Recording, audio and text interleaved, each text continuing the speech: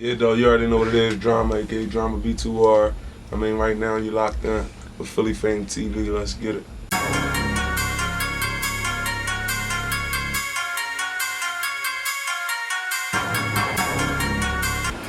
Alright, so Drama, I mean, you one of the new guys, the new faces in Philly, you know what I mean? It's quite a few guys in Philly right now doing their thing that's up and coming, that's next up, you know what I mean? So you definitely one of them. So now I first heard of you, you know what I mean? I think it was the Jim Jones interview. I think he was doing with Funk Flex, if I ain't mistaken. Yeah. He had mentioned you, and that was a big interview because you know he was talking about the stuff with him and Cam, Dipset, and all that. So a lot of people, you know what I mean, definitely tuned into that joint. He shouted you out. So that's when I first kind of really heard of you. Then I started, you know what I mean, seeing you doing different things in the city, working with a lot of different people. So let's first tell them about, you know, your relationship with Jim Jones, how you came to work with him, and tell them about the work that y'all actually put in together. Yeah, shout out to Jim Jones too, man. I was actually in New York with Heatmakers at Heatmaker Studio. Shout out my nigga Arsonist. We was in the studio, I mean, I was in there recording. He was fucking with my voice. Arsonist actually put the play together. I mean, he called Jim Jones right there. As soon as he heard me record, called Jim Jones. Like, whatever he said to Jim, he came back in and he played 2 beats for me. He was like, yo, these some beats Jim might fuck with. I mean, if you got some shit for LA, and I'll play it for him. And I did this one hook, and they was fucking with that shit hard. Like, they still fucking with it to this day. Jim put a verse on there. There's a couple other motherfuckers, I don't want to put no names out, but like, it's a couple heavy motherfuckers in New York that still fucking with that hook today. So Jim, as soon as he heard that, he was fucking with me. He laid his verse. I hit him up on the gram. He told me to come up, and then we just locked in from there. And he was thorough as shit. He showed me nothing but love. Like, I mean, I reached out to him on the gram after I did the hook for him, and then I went up there, locked in with it. So what was the response and the feedback like once the interview came out? He mentioned your name. I know people was hitting you up. Yeah, a lot of motherfuckers was hitting me up. I mean, a lot of people from New York, especially a lot of motherfuckers from New York was hitting me up. You know what I mean? It was just a good look. Like, had everybody on the gram tagging me and that shit. Motherfuckers I ain't even know. I mean, then it brought me a new following. So shout out to Jim for that, man. That was definitely a great look. Like, that was a hoop. And also you was featured on the Lil Uzi tour. Yeah, dog. I mean, so tell people a little bit about that. Who else was on that tour? I think it was 21 Savage was on that tour. YFN Lucci, KapG. So yeah, tell them what that experience was like. I mean, that shit was lit, man. That shit was crazy. I actually got the invite for the tour 3 days before because Kodak Black had got booked. He was supposed to be on the tour. So he called me like, yeah, I mean, we about to go on tour, my folks and shit. Shout out to Single Rules, they put me on that tour too. I mean, shout out to them. They hit me up, yo bro, what you doing? You wanna go on tour? Just like that. 3 days before the tour, me and my man Nell, I mean, we slid out, man, my guy Billions. We slid out 3 days later, as soon as they told us. Got our shit together, paid for our ticket, and we flew out. I mean, we started the tour in LA, flew back, we went to Miami. We did like 11 cities with them, Miami, Orlando, Richmond, DC, Philly, like a bunch of cities with him. So that shit was love. He showed me love too, you know what I mean? Shit was just a life-changing experience for real, Like, it's something eye-opening. Because I just started start going hard with this shit. And I end up being on the tour, so that shit was definitely an eye-opener, man. So what does a Lil Uzi tour look like? Cause you know Uzi called himself like a rock star. You know he dressed different, like and all that. Mind you, it was a parental advisory tour, so it was kind of like all kids, you know what I mean? It wasn't too many adults. So it was super lit, like, I mean, throwing water on the crowd, jumping in the crowd, he on speakers all the time. Like, it was just like a rock star show for real. Definitely was like a rock star show. That shit was lit, man. I felt like a rock star watching it. So you know, being as though 21 Savage and YFN Lucci was on there, and they 2 of the top young artists in the game right now. So what was it like, you know, being in the mix of them, like, and seeing how they get down? That shit was crazy. Cause at the time when I went on tour, I really didn't know who 21 Savage was. I knew who Lucci was. My man Billions put me on Lucci from a rip, so I knew who Lucci was. So I was already on some shit like, damn, this major. I didn't know who 21 Savage was till I got on the tour. Me and 21 Savage actually got the same DJ for the tour. So we was in the same room, every city we was together, you know what I mean? He was cool as shit. His niggas was cool as shit. That's how, like, that shit was cool, man. It was crazy because I didn't even know who he was till after the tour. Man, that shit's stupid. Shout out to him, though, because he definitely showed love.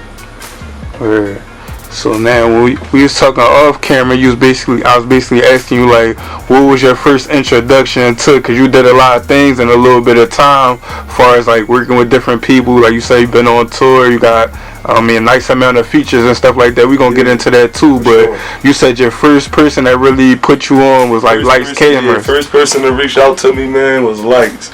And it's crazy because like Lihtz reached out to me. I'm not gonna be exactly sure, but it was in the summer, last summer. And I had recorded a song that I wanted Lihtz on, like, what was it, like February, March, bro? Like March, and then my man was like, yeah, I'm gonna get in, I got you, don't worry about it. And I never really pressed the issue, but like I always kept that song. And like one day he just reached out to me out of nowhere on the gram. He hit me up like, yo bro, your shit hot, you know what I mean? I wanna fuck with you, this, that, the third. I hit him up like, yo, I got the song that I've been wanted you on. He came down to the stool probably like the next day, recorded that shit. We recorded it, you know what I mean? And he just was fucking with me heavy. He showed love. He put me on to my manager, Breeze, and shit. He called Breeze right in the studio, right there on the spot. Like, yo, this nigga hot. Like, you know what I mean? He fucking with me. Like, he was fucking with me heavy. So that's how I got introduced to Breeze. And then, from there, this shit just went crazy. Shit started going up. Word. And I also see you do a lot of work with Core and stuff like that. And you said you was on this tour. You was on this. We about to go on tour. We started touring August 22nd and shit. Word. So speak on like the relationship with him, working with him and stuff like that. Like that shit was crazy too, man. Real shit. Cause Core one of my favorite rappers still to this day. Like, you know what I mean? And I got introduced to Core from Breeze. Cause me and him got the same manager. Aubrey, he our manager and shit.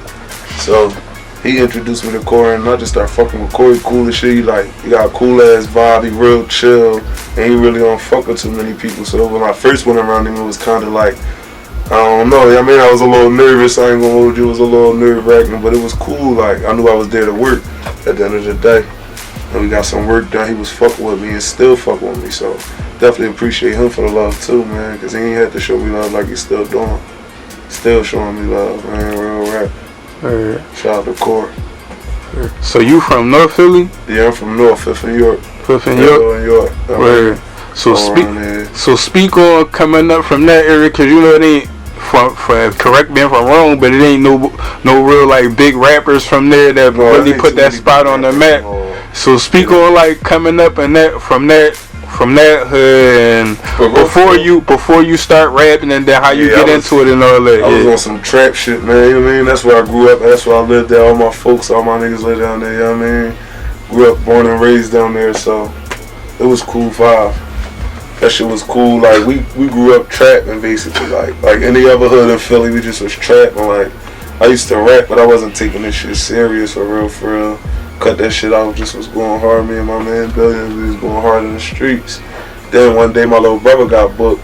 Billions don't even remember this shit. That's the crazy part. My little brother got booked and he told Billions to make sure I got in the stew.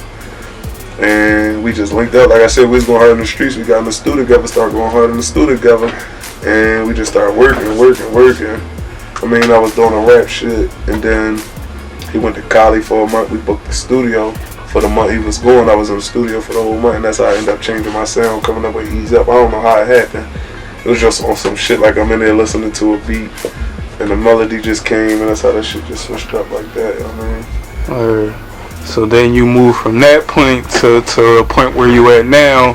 As of recently, you just had one of your videos featured on BET Jams. Yeah, you had a joint with Young. Too. Shout out to that, man. Where you had Young Chris on there, Shout out to Young Chris, man. He cool as shit too. So man. Speak on that, like working with Young Chris, getting that joint on BET Jams and all that. Like, working with Young Chris was cool as shit. It was just natural, like you feel me. It ain't feel like no pressure. It ain't feel like I was around nobody. Like, I mean, he just made that shit cool as shit. He was thorough as shit the whole time. Still thorough to this day. Still showing love. Like, even without the rap shit. Even in the street shit. Like, so I fuck with him. Like, I mean, I met him through being in the studio with Core and P.I. Shout out to P.I. too. Being in there, I mean, I met him like that. And we just linked up. He was fucking with my vocals. You know, he a legend already. So, we don't fuck with Young Chris. We just locked in like that. And that shit was crazy. And BET, that shit happened. Shout out to R once again, my manager. I mean, he definitely seen the potential and he just made it happen, you feel me? That was the second video on BET. Our Summer was the first joint. That was my second joint, so that's major for me. Like I used to like never think I'd be on BET. Real shit. And also, I mean, I seen you had performed with Omelly, because you said you had actually was featured on Omelly mixtape, and then y'all was performing the song at a concert and all that. So speak on that, being featured on, Omelly project. Oh man, I was in the studio one day. He came in there. I didn't even know O at the time. I mean, P.I. put me big. P.I. like, yo, oh, you gotta fuck with it. He got some shit. So, oh, like, play some shit. I played him this hook. I played the first hook I played for him. He went crazy. He was fucking with us. They couldn't wait to flex on. He was fucking with it heavy. Like, he straight was going in on that joint. Straight fucking with that shit. Like, he went right in the studio. As soon as I played that shit, he went right in the studio. He laid that shit. I mean, I didn't even know it was gonna make the tape until he hit me up. Like, yo, what's your name and all that. Like, I mean, so I'm like, damn, that's love. Then I find out he put the tape out. He put another joint that we did on there. So I had 2 joints on this tape. So that was major love. Like, I fuck with him for that, for sure. That was heavy. Like, I don't even know how to explain that feeling. Real shit. Like, he had everybody on that joint. He had Lucci on there, Chief Keef, all that. And he still let me get 2 joints on there. So that was major for me. Alright. And speak on, because right now you currently getting love on the radio as well, like Power 99, Boom 103. They the 2 major stations in the city. So speak on, like, what that experience like coming from where you came from and then going hard for the short period of time. I can't even explain that shit, bro. My first time hearing this shit on the radio, man, it was Memorial Day weekend too. So everybody in their cars going to cookouts. Middle of the day, that shit come on, man. I can't even explain that shit. Shout out to DJ RL too. Shout out to DJ Amir, man. Real shit. Them niggas spending my shit every day, basically, like faithfully, man. I appreciate that love and support, but like I said, man, I still can't believe this shit, bro. So it's like, I don't know, man. It's hard to explain. It's just like, I'm just grateful, bro. I'm just grateful to hear that shit. Like, family calling me and shit. I mean, happy to hear that shit. They hear me on the radio. They going crazy. So that shit lit, man. And the Roots picnic. Was you was performing on that? If I ain't mistaken, yeah. Shout out to Quiet Hype, man. He made a major move happen for me, man. That's a big platform right there. I didn't even know I was gonna do that. Quiet Hype actually, he on tour with Lil Yachty right now, overseas in Amsterdam, Berlin, all that shit like that. So he doing this thing. Shout out to him. He pulled that for me. Show love, let me perform, man. That was major for me. So, like, I don't know, like, that was just crazy right there. That was one of the biggest things in my career, I could say. Yeah, so speaking, because ain't too many people that get those type of opportunities to perform on that type of, like, situation. So that shit was crazy, bro. I don't even know how to explain it. Like, I knew it was like, it was something major, so it definitely had me nervous. It was different than any other show, you feel me?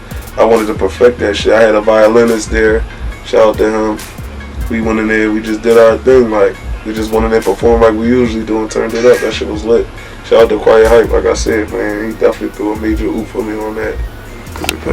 Yeah, I see you had a couple label meetings, you had posted on Instagram, but you was basically saying like you more so looking to stay independent until you get the right situation. So speak on like meeting with the different labels, the different people that's reaching out to you, that's trying to work with you. Like, let the people know about that. Like, it's like when you at a certain level in your career and you doing shit and people start to notice, of course people want to know who you is.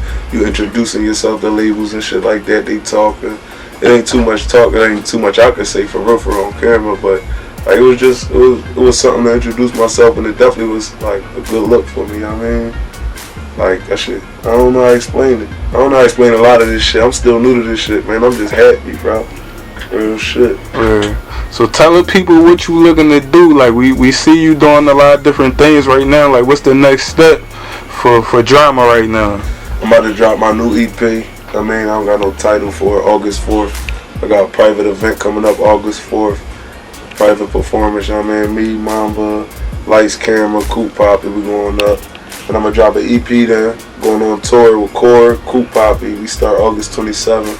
New York, Boston, Philly, DC, those the dates we announced. More dates to be announced too. And I'm just working, bro. Like, I ain't looking for nothing. I'm grinding, bro. That's it. Whatever come, I'm just out here grinding, trying to make sure that people fuck with my music and make sure this shit keep going up. Just like that, like. And that, like I said, you one of the new guys. It's quite a few of y'all that I see that's making noise, that's doing their thing, and the thing that make it make it thorough is that a lot of y'all fuck with each other. Right. So it ain't like, I mean, the era before y'all, it was like a lot of beef. Yeah, exactly. I mean, so speak on that, cause you came up in that era too, like watching the era been, I mean, the whole DVD situation. So speak on that versus like the situation now. Back then, man, it was just all competition. You know what I mean? Niggas used to make raps to be hotter than everybody, and that's what it was. When the songs start coming, niggas start feeling like everybody was trying to take over, and it was always competition. Now it's just like niggas making music because we love the music, you feel me? And ain't no competition, we all doing it. Why can't everybody get the same love, you feel me? Like now it's just way different. Everybody see each other as all love, niggas working together, niggas doing music together. Ain't nobody caring about nobody getting hotter than them, nobody caring about nobody passing them, you know what I mean? It's like the fun of the sport coming back, other than just the competition. Feel me?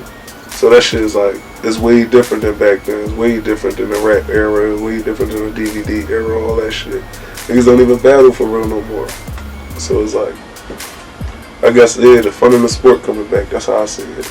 Alright, and I was gonna speak on that too. Like you said, people don't even battle no more, cause you know back in the DVD era, if somebody was hot and you wanted to show that you was hot, you had to go see him. Right. But now it's more so like you just make a wave on social media and stuff like that, and you get your buzz going. So like, do you think people got it easier now, or do you think it was like easier back then to get your buzz going? Easier now. I know obviously with social media, I mean, but as far as like the rappers that's popping today, do you think they could have competed back then? No. Back then it was more like, I feel like back then it was more bars, you feel me? Back then it was just straight bars. Now it's like, it's an open air because it's music. Niggas could try this shit out and still get popping just from trying it out. Because people so open to hearing new shit now. Back then niggas just wanted to hear the niggas that was popping. They just wanted to watch their rap DVDs and they didn't care about nothing else. And if you beat the nigga that's hottest, nigga in the rap DVD era, then you hot, and then that's when they start paying attention. Feel me? Like, I don't think a lot of niggas now would have made it back then. Real shit. So now, like we said, established, like you definitely got a nice little resume so far. You did a lot of things. You work with a lot of different people. You got a lot of people paying attention to you. So you see what's going on in the city as far as a whole lot of homicides, a whole lot of crazy stuff happening. So if you could say something, I mean, a message to the city regarding that, what would you say? Stay in your lane and be yourself, man. I always say that. Like, this shit wouldn't happen if people wasn't following other people. I mean, niggas got too much pride and they feel like they gotta be a gangster. You be yourself, you ain't gotta worry about that. I mean, that's just what it is. Niggas following too much. Stop following, be yourself, stay in your lane, do your thing, get this money, and everything will be cool. Just like that. Real shit. So for the people that's watching that never got a chance to hear none of your music before, they ain't really familiar with your whole movement and all that, what would you say to them? Like, why should they check out Drama? Why should they tune into you? Like, because it's a whole different sound, you know what I mean? It's something way different than Philly. It's a whole different vibe. Like, this shit ain't nothing like nothing else, you know what I mean? And it's real shit. I'm not just rapping about what everybody else rapping about. Shit hot, man. Real shit. So plug all your stuff, plug everything you got for them to check you out. I mean, your social media, your projects, videos, all that. Yeah, though, you already know you can find all my music everywhere. Spinrilla, my mixtape, live mixtapes, DramaB2R, SoundCloud, Drama215. You can follow me on the gram, DramaB2R. That's Born to Rule B2R. I mean, let's get it. You already know. YouTube, DramaB2R, all that shit, DramaB2R. Just like that. Live for Fats out now. I mean, TT3 out now. No Pressure out now. And I'm about to drop some new shit for y'all too. Stay tuned. Alright, man. We signing out, man. Philly Fame TV, Philly Drama. Fame TV, man. You already know. Appreciate you for coming through, bro.